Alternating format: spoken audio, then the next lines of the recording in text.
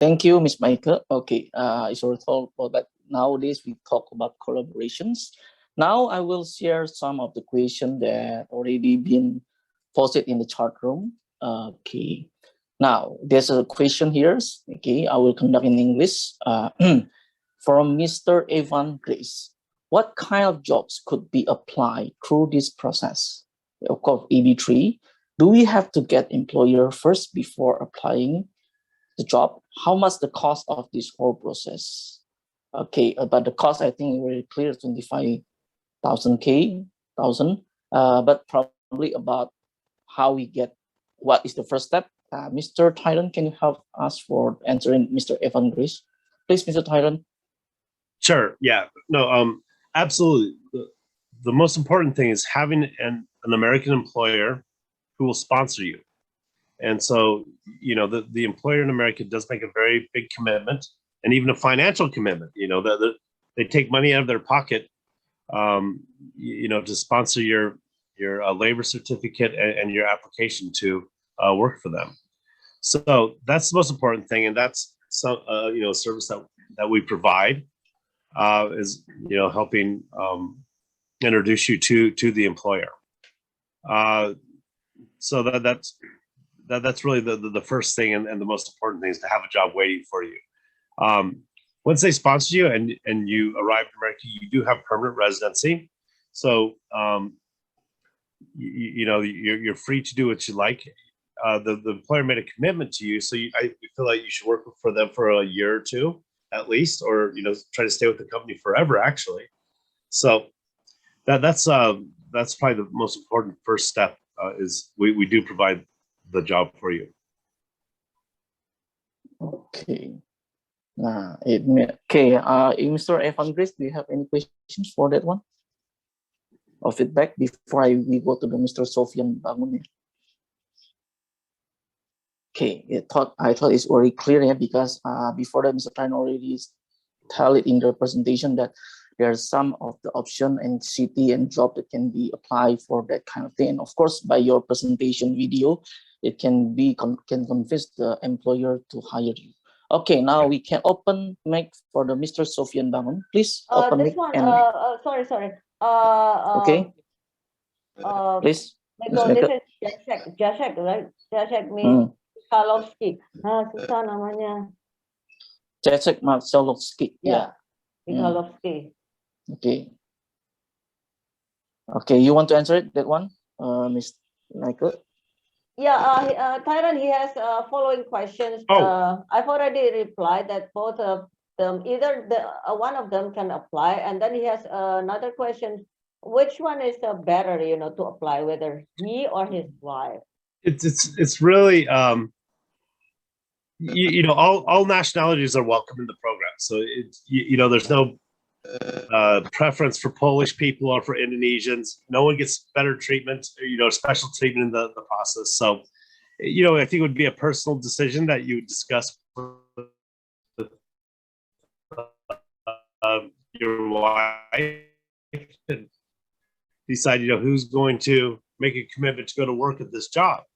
You know, who would be most comfortable. Matter of the married couple deciding, well, okay, if you're going to go work at the manufacturing facility, you know, at the factory, that'll give me a chance to, you know, go pursue my job in accounting, right? If you're an accountant, or a job like that. So sometimes you kind of divide up and decide who, you know, who wants to follow a different career in the U.S., who will actually go and work at the job. So it's a personal decision, but Indonesians are welcome.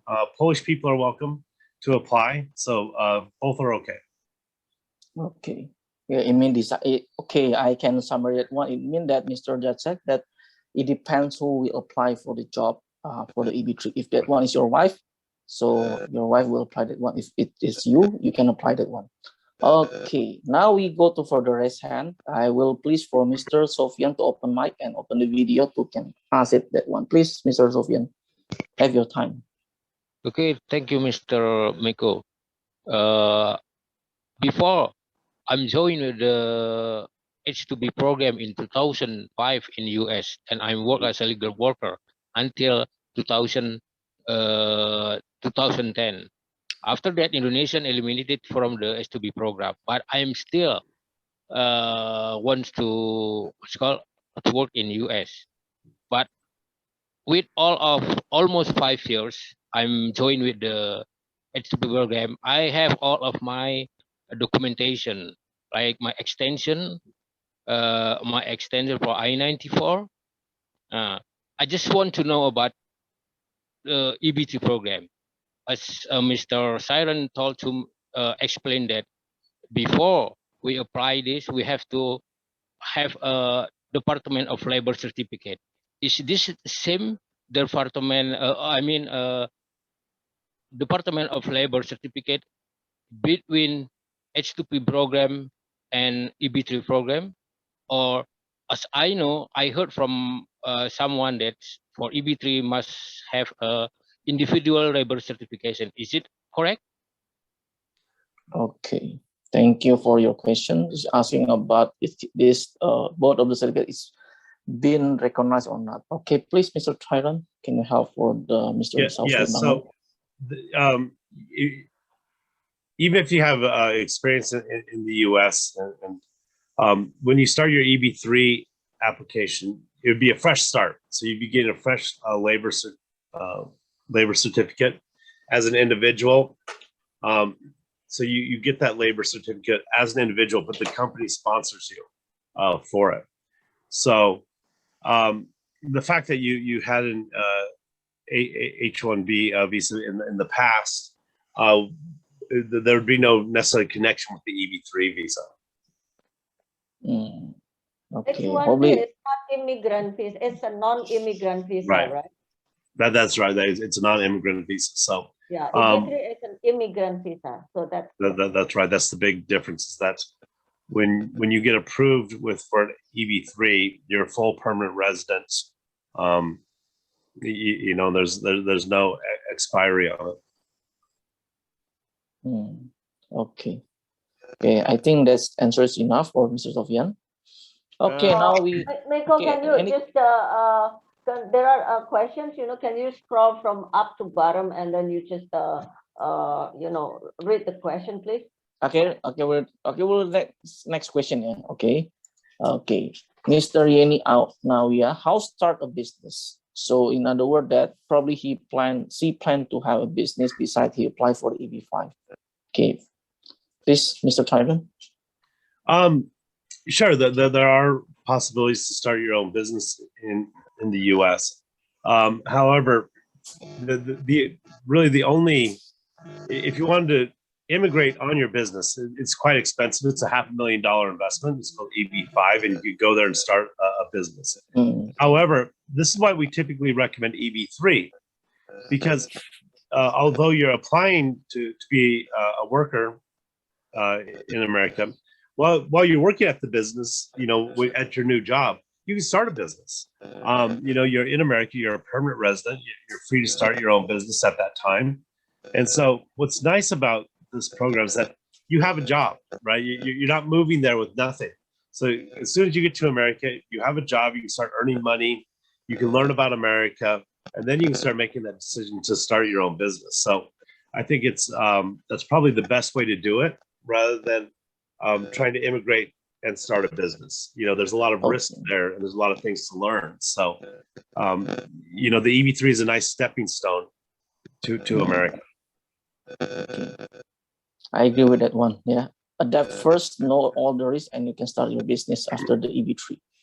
Okay, right. Now we go to Jessica. Do we need to find the job by our own, or you could assist or guide us to find out? Probably you can restate what kind of job that can you offer from the EB-5 program, please, Mr. Tyrone. Sure. I mean that's one of the major parts of the process is getting the job location. So we have several locations across the U.S. For you to choose from, and then different job positions at that company. Okay. It means that for this kind of thing, there's a list of jobs that can be offered in Mr. Tyrone. Yes. Okay. After you register that one, you can check that list, And if it's suit with you, Miss Jessica, you can apply for the EB-3 program. Okay, now we go for the next, Mr. Roy. Yeah, I thought it's already been explained by Ms. Mieke, yeah, that green card is equal permanent residence for 5 years. Yeah, for the first role, after that, you can extend for the next 5 years. Total is 10 years. Okay. No, green card is 10 now years. we go to. Green card is 10 Okay, years, please, Ms. not Mieke. 5 years. Yes. Roy asked Okay. whether there's a full guarantee to get the PR. You know, is there any guarantee because he pays? Or what is the guarantee whether he can get a PR and Right. or not? Well, I would say with all things immigration, you know, and when you're dealing with governments, I can never make a guarantee on behalf of the U.S. government. But what I can say is that there's a high success rate with EB-3 unskilled workers, because there's very few reasons for them to deny you, right? Because you don't have to prove a certain set of skills. So there's a very high success rate of you being approved for the permanent residency. Okay. Hopefully can answer it one, yeah. And I just follow up with that. And then once you're approved, you know, that is full permanent residency. So it's not temporary. You know, there's not conditions on it. You know, once you're approved, it's permanent residency, which again, you know, it's every 10 years you renew your green card, but I mean, your residency status is permanent for forever. So. Okay. Hopefully it can answer Mr. Roy for your questions. Now we go for the raise hand, Mrs. Lydia. Please, Ms. Lydia, to open mic to ask question directly. Please have your time. Hello. Yes, I would like to ask a few questions. So, I know there is no full guarantee. Well, everything in life. Okay. So, what about for those who have track record like overstay in US, like maybe around 5 to 10 years? How much the probabilities to get approval? I'm sorry, if you have already stayed in America for say 5 or 10 years. Overstayed. Overstayed. Someone who have overstayed. Overstayed. I would say on those cases, we really need to speak with the immigration lawyer, and see, you know, how far in the past that was. I mean, did you just come back to Indonesia, for example, or, you know, was that 20 or 30 years ago? That will make a difference, but it certainly will have an effect on your application. We'd have to disclose it, but it can sometimes be overcome. But I think that's really, we have to look at the exact details of the case and talk with the immigration lawyer about it. Okay, thank you.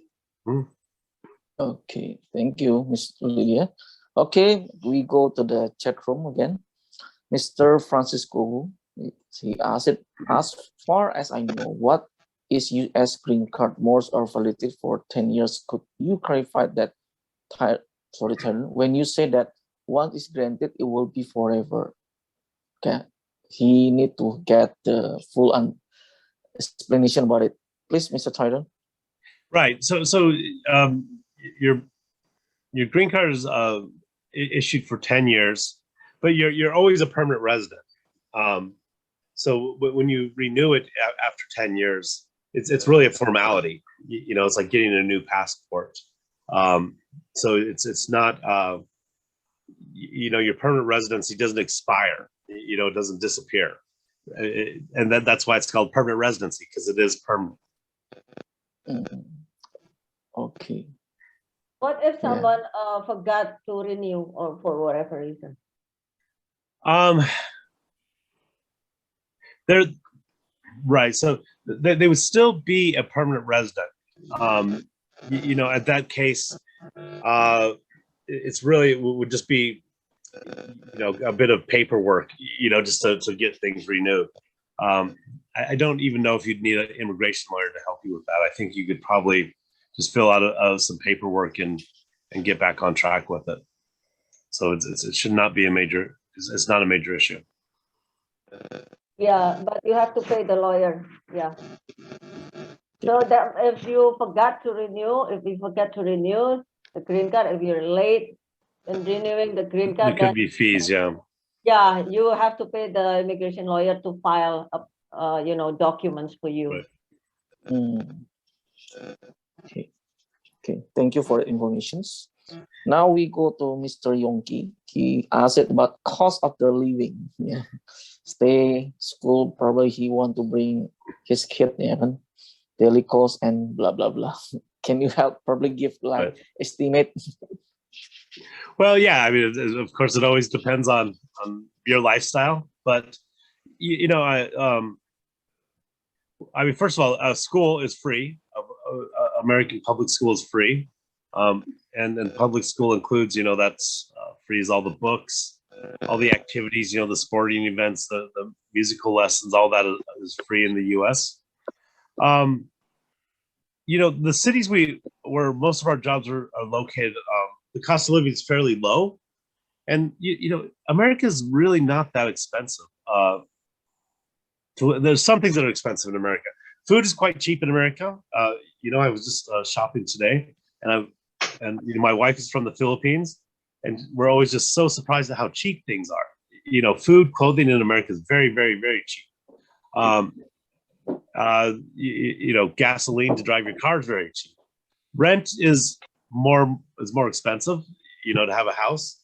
But if we look at in terms of this job again, if this job pays around $30,000 a year to start with, and say your spouse made $30,000, so $60,000 a year is the average household income in the U.S. So people live on it. I mean, it's enough to live on and support yourself and send your kids to school and eat and have a car and.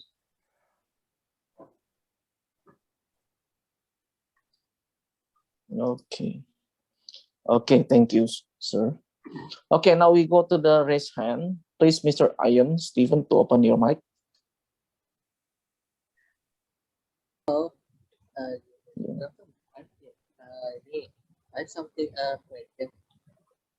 In chat room. Sorry if I ask the Pak, can you talk louder? Can you speak louder, please? You can speak in Indonesia if you're not. Yeah, you can speak also in Indonesia. I can test it for you. Test. Is hearing now? Yes. Yeah. Okay. Yeah. Yes. Listen. Jadi kan I have a question. Jadi misalnya it mean I first don't apply in the company, like a Twitter company. Terus then kan I accept that company can get sponsorship about to create EB visa and mungkin bisa and pay about itu. Oke, jadi pertanyaan Ian itu adalah Anda itu sudah diterima di perusahaan di Amerika dan Anda bertanya apakah perusahaan itu bisa masuk program EB-3. Betul. Yes, true. Okay, Mr. Tyrone, the question is, Mr. Ian Stephen asked it that he already been accepted by one of the company in the US, but he want to ask, if the company is not in the list in EB-3 program, can the company register for it so he can join with EB-3 program? Please, Mr. Tyrone. Sure. No. So, we do offer some jobs, but I mean, it's possible for you to do these things on your own with other companies. Every company in America has the right to sponsor an EB-3 employer. So if you know a company in America who would like to hire you, it is possible. But it is a process. It's not fast. It's like ours. It'll take 2.5 years. And if the company's not familiar with the process, it will cost them. It does cost them quite a lot of money, and it does take time and effort on their side too. But yeah, it is possible. If you had a company in America that does want to hire you, it is possible for them to hire you through an EB-3 program. Yeah. Okay. Can I add some? Please, Miss Meco. Jadi gini ya, kalau intinya perusahaan di Amerika, misalnya gini, itu tergantung employer-nya. Kalau tidak semua employer mau mensponsori untuk PR ya. Jadi kalau cuma kerja aja namanya work permit. Nah biasanya kalau di Amerika, tidak hanya di Amerika, di negara lain juga, untuk bisa bekerja di perusahaan itu harus ada buktinya juga gitu loh ke Department of Labor bahwa dia itu membutuhkan pekerjaan gitu loh. Kalau nggak bisa main hire orang yang tidak punya izin tinggal gitu loh. Itu yang susah. Kenapa harus punya izin tinggal dulu sebelum bekerja? Kalau enggak, boleh deh coba lihat aja job offer di mana-mana. Nah, nanti ada note-nya. Pekerjaan ini hanya berlaku untuk citizen atau permanent resident. Nanti ada tulisannya gitu kalau nggak percaya. Karena apa? Dia nggak bisa main hire orang asing untuk yang nggak punya izin tinggal gitu. Nggak bisa. Kecuali kalau mau gelap lah. That's another story ya. Kita nggak bahas yang gelap-gelap di sini soalnya. Kayak gitu. Jadi tergantung employer yang mau nggak. Kalau udah nerima kamu terus dia mau nggak daftarin kamu untuk jadi PR, itu tergantung employernya. Kan dia keluar duit juga, harus paperwork. Ya ribet lah dia, belum tentu mau gitu. Oke. Ya, Thank you, Miss Meco. Sudah menjawab ya, Pak Ian? Sudah. Ya. Nanti mau konsultasi lagi bisa ya dihubungi Miss Meco-nya. Okay, now we go to the next question, still in the chat room, from Miss Pramata Adiantike. How much tax do we have to pay as a workers in the US for unskilled and skilled worker? Is it a different amount? How far for a retired former executive would that be a chance to have a career job in the US? Please, Mr. Tyrone, for that questions. Well, you're the tax expert, Meco. Yeah, I know, but that's tax in the US, not in Indonesia. I know. Yes, tax in the U.S. is taxes are actually fairly low in the U.S. And it depends on the amount of money you make. So, typically if you make less than $30,000 a year, you'll probably pay zero tax. And of course, the more money you make in America, the more tax you would pay. So, usually with at this level, I would say you'll probably pay almost no tax at all, income tax. You really don't start paying taxes until like $50,000, $60,000, $70,000. And then the tax system is quite flexible in America too, where if you have children, you can pay less tax.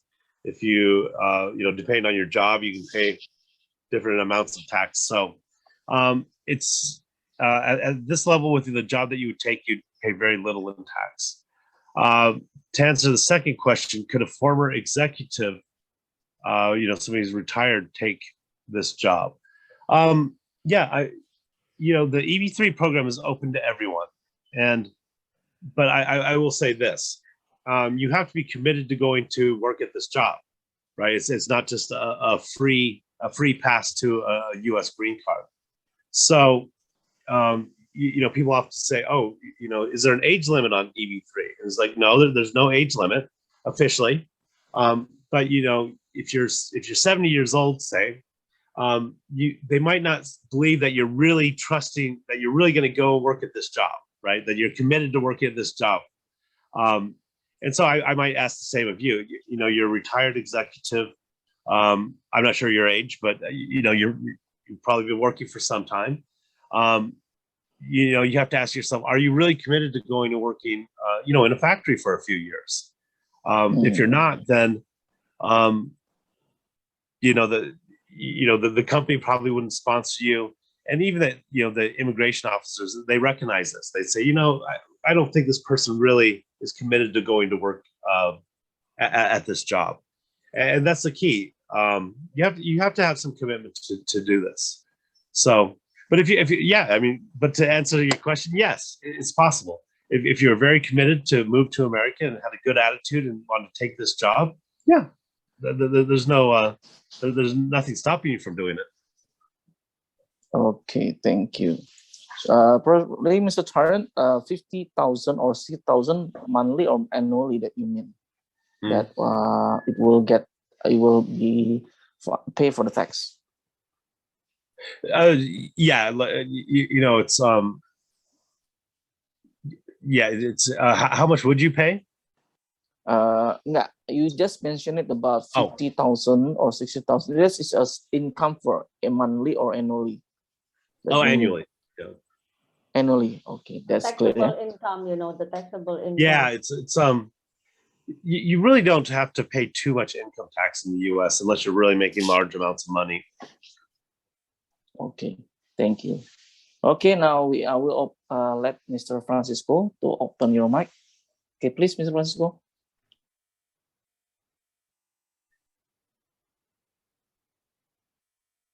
Mr. Francisco. Okay, please.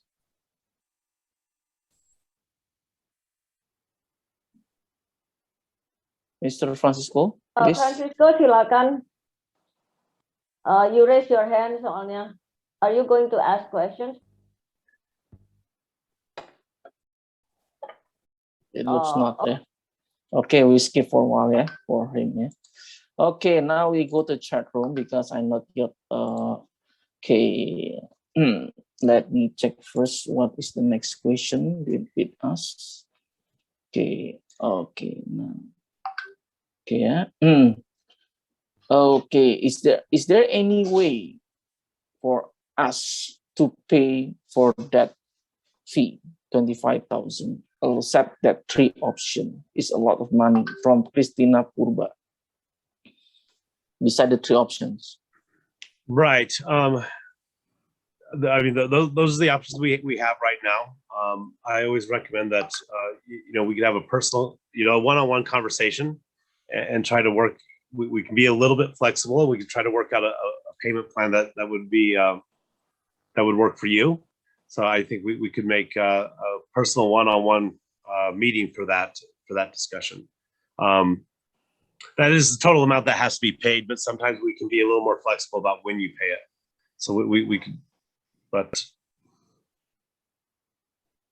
Okay, there's any chance for like for the installment, yeah, Mr. Tyrone, yeah?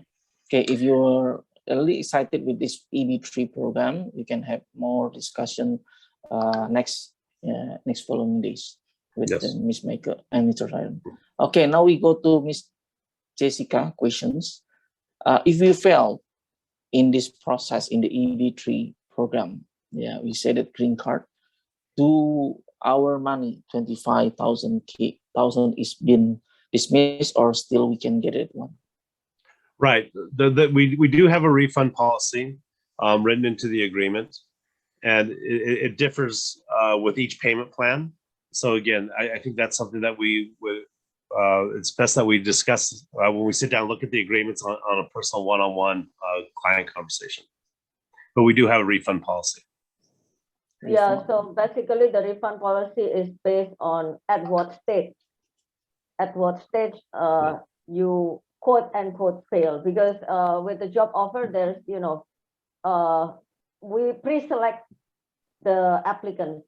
We just don't, you know, like everybody that is willing to pay, and then we just submit the documents. No, especially me, I'm quite tough in selecting the participants, and I've already rejected some.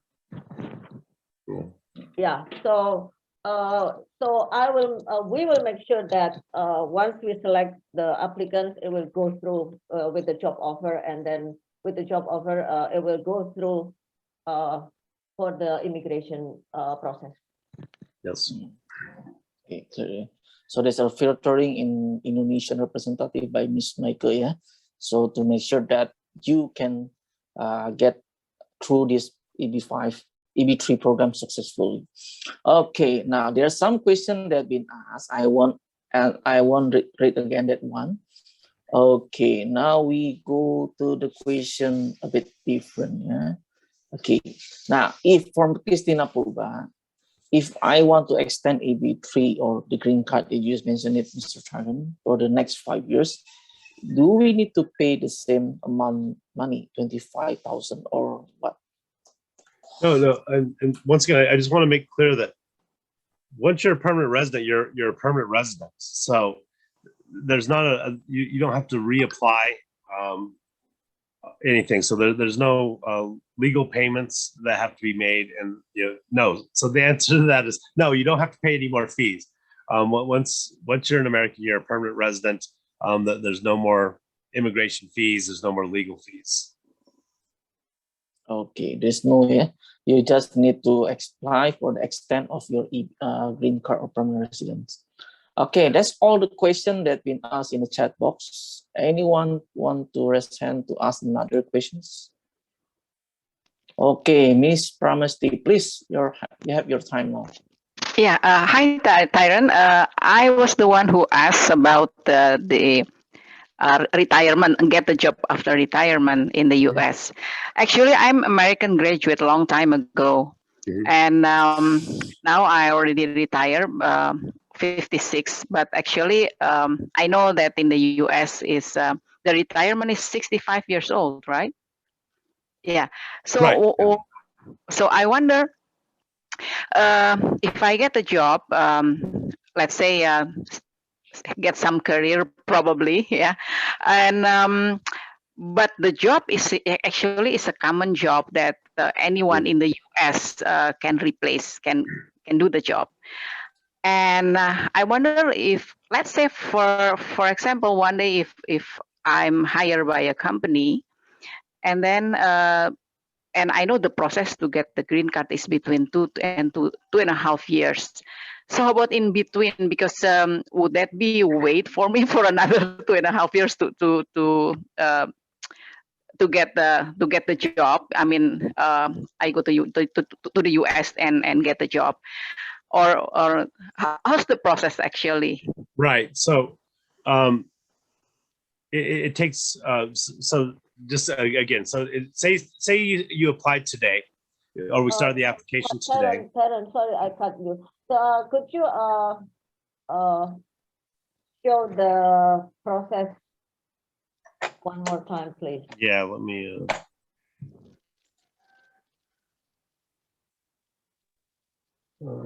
Yeah, in the meantime, I can answer that. Basically, Bu Pramesti, itu kita nggak menyediakan. Jadi nggak ada work permit dulu untuk ke sana. So you have to wait. You have to wait until your green card approved. Then you go to the US.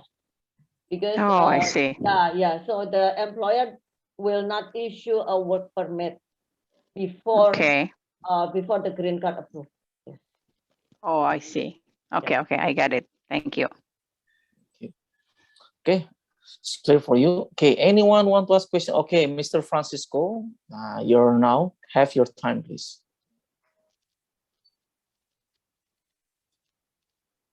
Mr. Francisco. I think let's skip it because I think maybe he clicked. Yeah, I already lower hand for him, but he already added it's okay. the hand. Just skip. Okay. Skip the question. Skip, yeah. Okay, I think it's enough for the questions. Ms. Meco, do we want to continue the session or we want to end the session? Yes. This is my friend Wesam. Wesam, do you want to raise the question, please?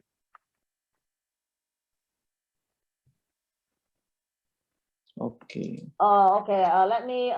You can read it, or I can read it for you. Okay. So basically, it means we apply for work opportunity first. After we get it, we pay the fees and going to the next step for processing of green card, right? So for apply for work and processing to get work, there are no other fees. Yes, there are no other fees, but you have to pay first. You know, you have to install first within 12 months. That means before the green card is approved, then you have to finalize all the payments. Yeah. Because we need to pay the lawyer as well. Okay, you're right. Okay, it's already been asked, and Ms. Meeke already restated again the answers. Yeah, and Martha also asked for the process. Could we do it in Indonesia? Yes, of course, we can do it on. So all the process are online. So you submit the documents to Polbe Consulting in Vietnam. So there are some documents that needs to be original document that needs to be Then, but mostly it's the scanned copy. She also had the questions. If someone in the US want to help him to process this one, can be or not? Sorry? Yeah. How if like somebody has visa, so it's possible to do the process in the US? Oh, if somebody's living in the US right now, yeah, no, that's also possible. So, we often have students, who are studying in America, for example, start the application process, while they're living in the US. So, or, even people who might be on an H-1B, for example, they can start the EB-3 process while they're living in the US. So yeah, no, it's possible to do it in the US also. Okay, thank you, Mr. Tyrone. Okay. Okay, thanks. Okay, anyone want to ask? Okay, there's a question again from Ms. Lydia. Additional family fees, shall we pay I-140 or DS-260? Please, Mr. Tyrone, to answer that one. Additional family fees. Right, so there are additional government fees. Then we write that into the contract. Who's responsible for paying that? Typically, we will pay those fees for you. So yeah, so 25,000. So for family fees, it's 3,000 per person. That's all. So you don't need to ask what kind of fee. Is it including this fee, that fee, all fees? Yeah. It's all included, yeah. Okay. Okay, any question again? Ada pertanyaan lagi nggak, Bapak Ibu? Silakan. You can ask verbally. It's much easier. No. Okay. Okay, Tyrone, we can close. Thank you, Bapak Ibu. Yeah, thank you very much for your attention to this webinar. It's wow, it's almost almost 2 hours, which is great. Yes. Thank you, Tyrone. It's quite late in the US at this moment. Thank you, Meco, my friend, for helping me. You too. Conducting this webinar. Thanks for the opportunity, and I look forward to maybe meeting and talking with each one of you one-on-one, and exploring a way to help you move to America. Okay. Thank you all, and just send me a message if you need further question, or just call me. Okay. Thank you, everyone. All right. Have a good day. Okay. Thank you, everyone. Thank you.